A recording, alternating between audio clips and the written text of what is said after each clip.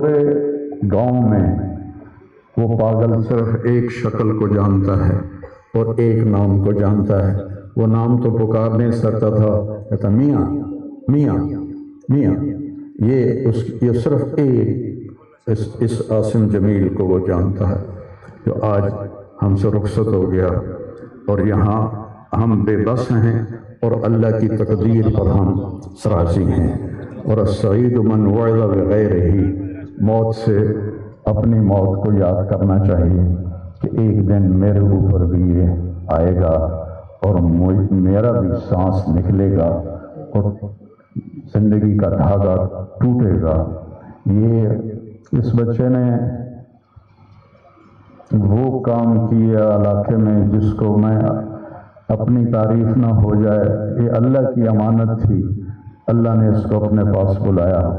لیکن بہت کم والدین کو ایسی اولاد ملتی ہے، بہت کم والدین کو ایسی اولاد ملتی ہے، اور اسی جوانی میں اللہ نے بلا لیا۔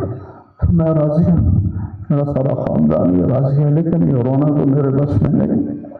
حضرت ابراہیم رضی اللہ عنہ میرے نبی کے صاحبزادے جو حضرت ماریہ کے پیٹ سے پیدا ہوئے تھے، تو انہوں نے حوالی میں ان کے لیے ایک باغ میں کمرہ بنوایا تھا، اور اس میں دودھ پلانے والی عورت کو اس کے سپرد کیا تھا، اور آپ مدینہ سے نکلتے اور جا کر حضرت ابراہیم کے ساتھ کھیلتے، پیار کرتے، محبت کرتے، اور پھر واپس آ جاتے۔ ایک دن 18 ماہ کے ہو گئے، 18 ماہ کا بچہ بھاگنے دوڑنے لگتا ہے، بابا بابا کہنے لگتا ہے، ماما ماما کہنے لگتا ہے۔ تو آ کر خبر دی ایک صحابی نے، یا رسول اللہ ابراہیم نزع کی حالت میں۔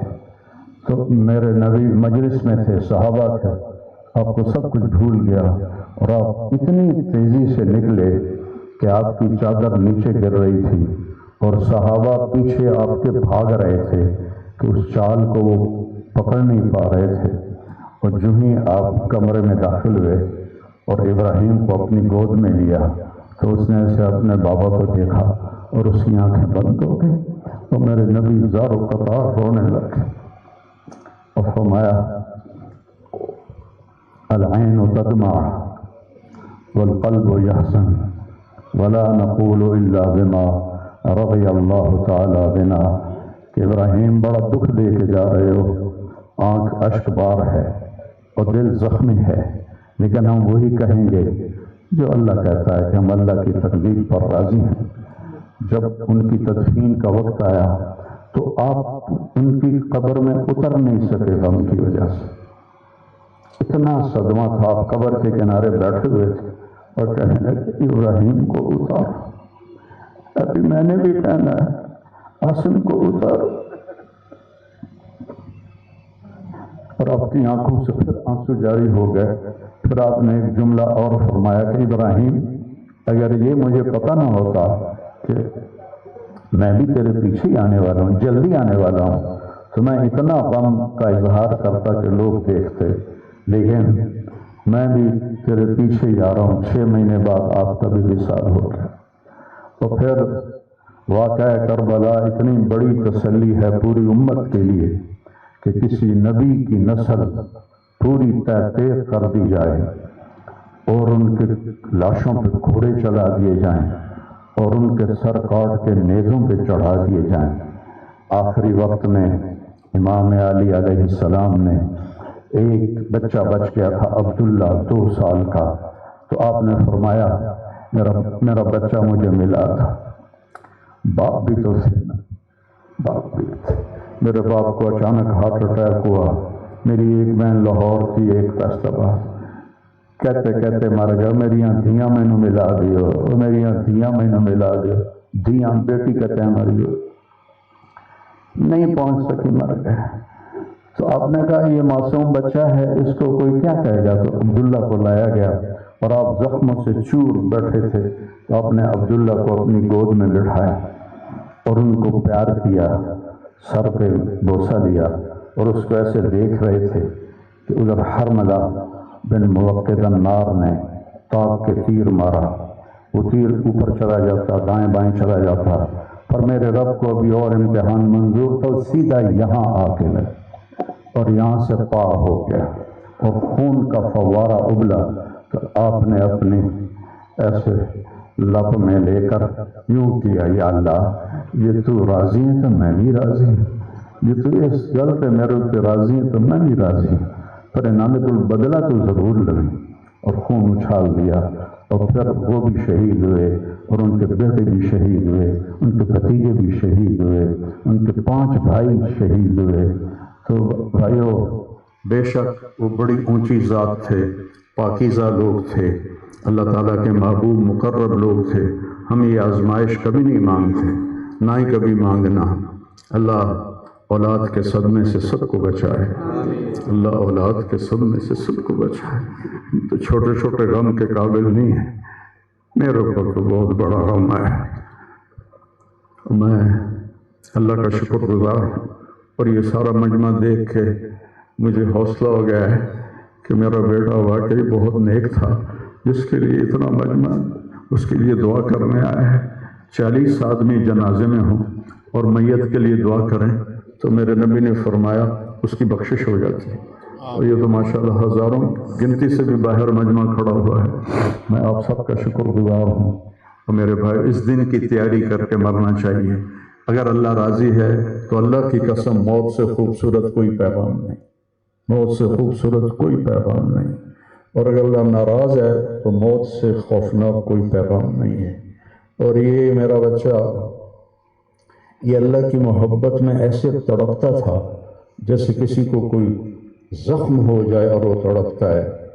اور ہم اللہ کو جانتے ہیں، مانتے ہیں، ہمارے احساس میں اللہ کا تعلق شامل نہیں، ہم عقلی طور پر مانتے ہیں۔ میری 52 سال زندگی اللہ کے راستے میں نیک لوگ، اولیاء کرام، علماء کرام کے ساتھ گزری۔ میں باپ ہونے کی وجہ سے نہیں کہہ رہا، میں آپ کو یقین سے کہہ رہا ہوں، جیسی تڑپ اس بچے میں اللہ کی محبت کی تھی میں نے کبھی نہیں دیکھی۔ یہ 2 گھنٹے مجھ سے بات کرتا تھا اور میں اسے بیٹھ کے سنتا رہتا تھا۔ بولنے والا کب سنتا ہے کسی کی بات، لیکن یہ ان پڑھ بالکل ڈسلیکسیا کا مریض تھا، حروف کی پہچان نہیں تھی اسے، تو اس لیے نہ یہ پڑھا، نہ دین کا کچھ پڑھا، نہ دنیا کا کچھ پڑھا، لیکن اللہ نے اس کو عقل، فہم اور اپنی محبت ایسی دی تھی کہ ہمیں محسوس ہوتا تھا کہ اس کے اندر اس محبت کی آگ ہے۔ اور اپنی ماں سے کہتا، ماں دعا کرنا میں مر جاؤں، میں اللہ سے ملنا چاہتا ہوں، میں اس گندی دنیا سے تنگ آ گیا ہوں۔ 30 سال کی عمر میں اس نے یہ کہنا شروع، میں جانا چاہتا ہوں، اگر اللہ مجھے کہے کہ تمہیں رہنا ہے یا جانا ہے، 1 سیکنڈ میں کہوں گا مجھے تیرے پاس آنا ہے، مجھے تیری ملاقات کا شوق۔ اور مجھ سے پوچھتا، بابا آگے اللہ ملے گا مجھے؟ میں نے اس سے بڑی باتیں کرنی، مجھ سے ملے گا؟ میں نے کہا انشاءاللہ آج تم ملو گے اپنے اللہ سے، ضرور ملو گے، تیری تڑپ، تیری تمنا رہتی تھی میں اللہ سے ملوں۔ تو میں نے اپنی زندگی میں صرف ایک آدمی دیکھا ہے، یہ بچہ جس کے احساسات میں اللہ کی محبت تھی۔ احساسات جیسے ہمارے درد ہمارے احساس میں جب شامل ہوتا ہے پھر ہم ہائے ہائے کرتے ہیں، اور جب تک شامل نہیں ہوتا تو ہم چلتے رہتے ہیں۔ اس بچے کو اللہ نے اپنی قدرت سے یہ تعلق اور محبت عطا فرمائی تھی، اور بس میں اور کیا تعریف کروں، میرا تو سینہ ویسے ہی زخمی ہے۔ یہ بہت عالی شان بچہ اللہ نے مجھے دیا تھا، میں اللہ کی تقدیر پہ راضی، اس نے اسی کا تھا، اس نے لے لیا۔ بھائیو، موت سے پہلے مرنے کی تیاری کر دو، آپس کی لڑائیاں چھوڑ دو، آپس کے جھگڑے چھوڑ دو، آپس کی نفرتیں چھوڑ دو۔ مرنے والے سے پوچھو کہ نفرت کا کیا فائدہ ہے، جھگڑوں کا کیا فائدہ ہے۔ معاف کرنا سیکھو، معافی مانگنا سیکھو، معاف کرنا سیکھو، معافی مانگنا سیکھو۔ 5 نمازیں ہیں، کوتاہی نہ ہو۔ سال کے بعد روزے آتے ہیں، بیمار ہو تو اللہ کہتا چھوڑ دو. حج اور زکوٰۃ پیسے والوں پر ہے. تو ٹوٹل ایمان کے بعد دو باتیں ہیں، ایک نماز ہے اور ایک روزہ ہے. اور اس کے بعد ایک حدیث میں سنا کر ہم جنازہ پڑھتے ہیں.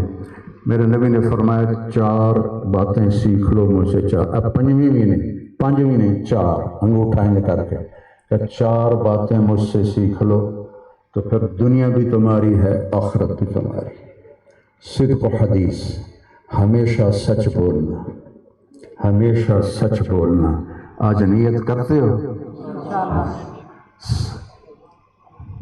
حفظ و امانت، کسی کو دھوکہ نہ دینا، کسی کے ساتھ 2 نمبری نہ کرنا، کسی کو اپنے مفاد اور پیسے کے لیے، اپنے منصب کے لیے اس کے ساتھ دھوکے بازی نہ کرنا.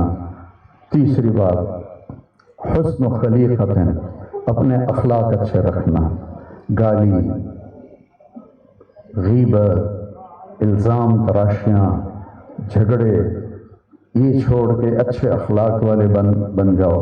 اور چوتھی بات فرمایا عفت فی طعمت، رزق حلال کماؤ. اب سارے مجمع سے میری اپیل ہے، آج کے بعد نماز پکی کرنی ہے اور سچ بولنا ہے اور کسی کو دھوکہ نہیں دینا اور اپنے اخلاق اچھے کرنے ہیں. کسی کو گالی نہیں دینی، کسی کو بے عزت نہیں کرنا اور رزق حلال کمانا ہے. تو انشاءاللہ میرے نبی کا وعدہ ہے دنیا بھی تمہاری ہے آخرت بھی تمہاری ہے. آؤ ہم اپنے بیٹے کو رخصت کریں.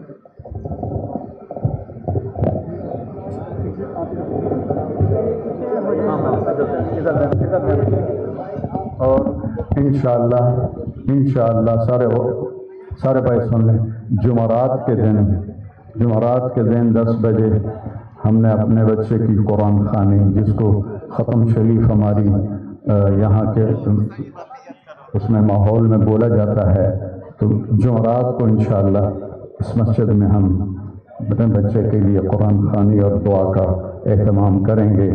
آپ بھائیوں سے اپیل ہے شرکت فرما کر ہمارے غم کو ہلکا فرمائیں.